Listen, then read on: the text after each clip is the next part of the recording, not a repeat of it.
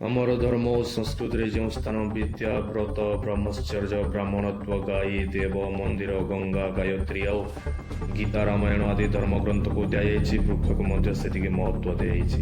ଏହି ମହତ୍ଵ ତାଙ୍କୁ ତାଙ୍କ ଦ୍ୱାରା ପ୍ରାପ୍ତ ହେଉଥିବା ଲାଭ ଗୁଡ଼ିକୁ ଦେଖି ଦିଆଯାଇଛି। ପରମପିତା ପରମାତ୍ମା ସଂସାରରେ ପରୋପକାର ପାଇଁ ସୂର୍ଯ୍ୟ ଚନ୍ଦ୍ର ମେଘ ବୃକ୍ଷ ନଦୀ ଗାଈ ଓ ସଜ୍ଜନ ପୁରୁଷମାନଙ୍କ ଆବିର୍ଭାବ କରିଛନ୍ତି। ସମସ୍ତେ ସର୍ବଦା ପରୋପକାରରେ ହିଁ ରତ ରହନ୍ତି।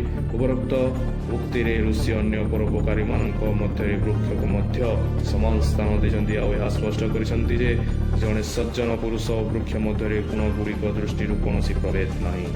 ଯେଉଁ ପ୍ରକାର ସଜ୍ଜନ ବ୍ୟକ୍ତି ସମାଜର ହିତ ଓ କଲ୍ୟାଣ ଉପରେ ତତ୍ପର ରହନ୍ତି, ବୃକ୍ଷ ମଧ୍ୟ ସେହି ପ୍ରକାର ପରୋପକାରକ ମିନ୍ଦନ ଶରୀରର ଲକ୍ଷ୍ୟ ନେଇ ପ୍ରାଣୀ ମାତ୍ରର ହିତରେ ନିଜକୁ ତିଳ ତିଳ କରି ଉତ୍ସର୍ଗ କରିଥାଏ।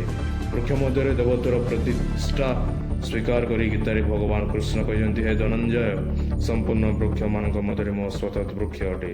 ଦେବ ଋଷିମାନଙ୍କ ମଧ୍ୟରେ ନାରଦ, ଗନ୍ଧର୍ବମାନଙ୍କ ମଧ୍ୟରେ ଚିତ୍ରରଥ ତଥା ସିଦ୍ଧଙ୍କ ମଧ୍ୟରେ ମୁଁ କପିଳ ମୁନି ଅଟେ। ଉପରୋକ୍ତ କଥନରେ ଯେଉଁଠି ଭଗବାନ କୃଷ୍ଣ ନିଜକୁ ପିପଳ ବୃକ୍ଷ ମଧ୍ୟରେ ସମାସୀନ ଘୋଷଣା କରିଛନ୍ତି, ସେଇଠି ତାଙ୍କର କଥନରୁ ଏହା ସିଦ୍ଧ ହୁଏ ଯେ ବୃକ୍ଷ ଦେବଋଷି ସିଦ୍ଧ ଓ ଗନ୍ଧର୍ବମାନଙ୍କ ସମକକ୍ଷ ପ୍ରତିଷ୍ଠିତ ହୋଇଥାଏ।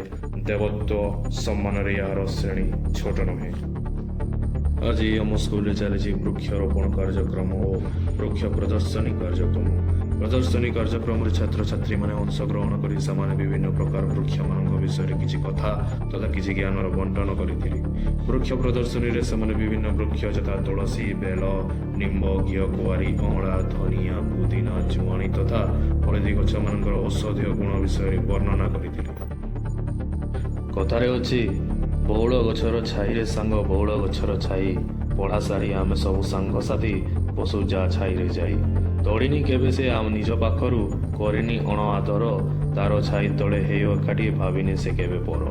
ଖ୍ରୀଷ୍ଟ ମହାବିଦ୍ୟାଳୟରେ ଅଛି ଭାଇଚାରା ସଦ୍ଭାବ, ଗଛଟି ଜାତି ଧର୍ମ ଛାଡ଼ି ଆମକୁ ଦିଏରେ ଠାବ।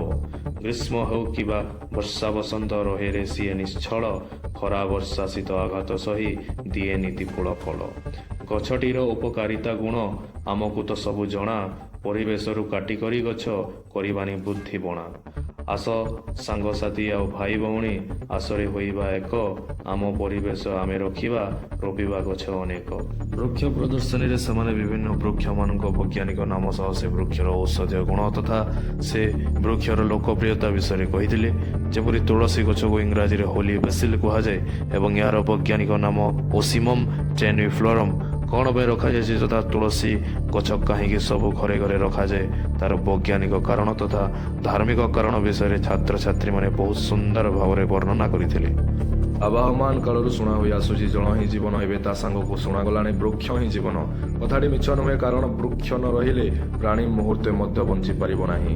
ବାୟୁରେ ମିଶି ରହିଥିବା ଅମ୍ଳଜାନ ଆମେ ଶ୍ୱାସକ୍ରିୟା ଦ୍ୱାରା ଦେହ ଭିତରକୁ ନେଇ ବଞ୍ଚି ରହୁ। ଏହି ଅମ୍ଳଜାନକୁ ବୃକ୍ଷ ହିଁ ତିଆରି କରେ ଓ ଆମ୍ଭମାନଙ୍କ ପାଇଁ ବାୟୁମଣ୍ଡଳ ମଧ୍ୟକୁ ଛାଡ଼ିଥାଏ। ଔଷଧ ବୃକ୍ଷରୁ ଆମେ ଔଷଧ ପାଉ। ଲାଖ ଝୁଣା ସୁନାରୀ ଛେଳି ଆଦି ନାନାଦି ବନଜାତ ଦ୍ରବ୍ୟ ଆମେ ବନଭୂମିରେ ଥିବା ବୃକ୍ଷରୁ ପାଇଥାଉ।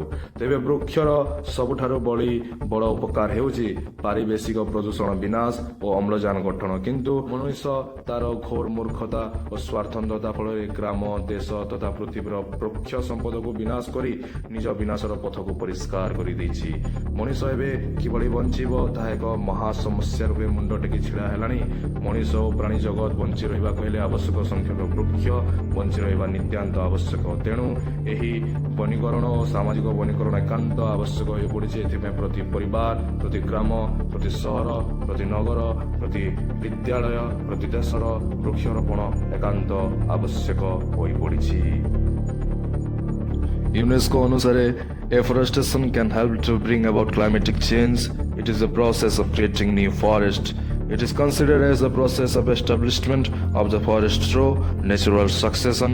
Afforestation with the help of tree planting but helps to make tree planting easy.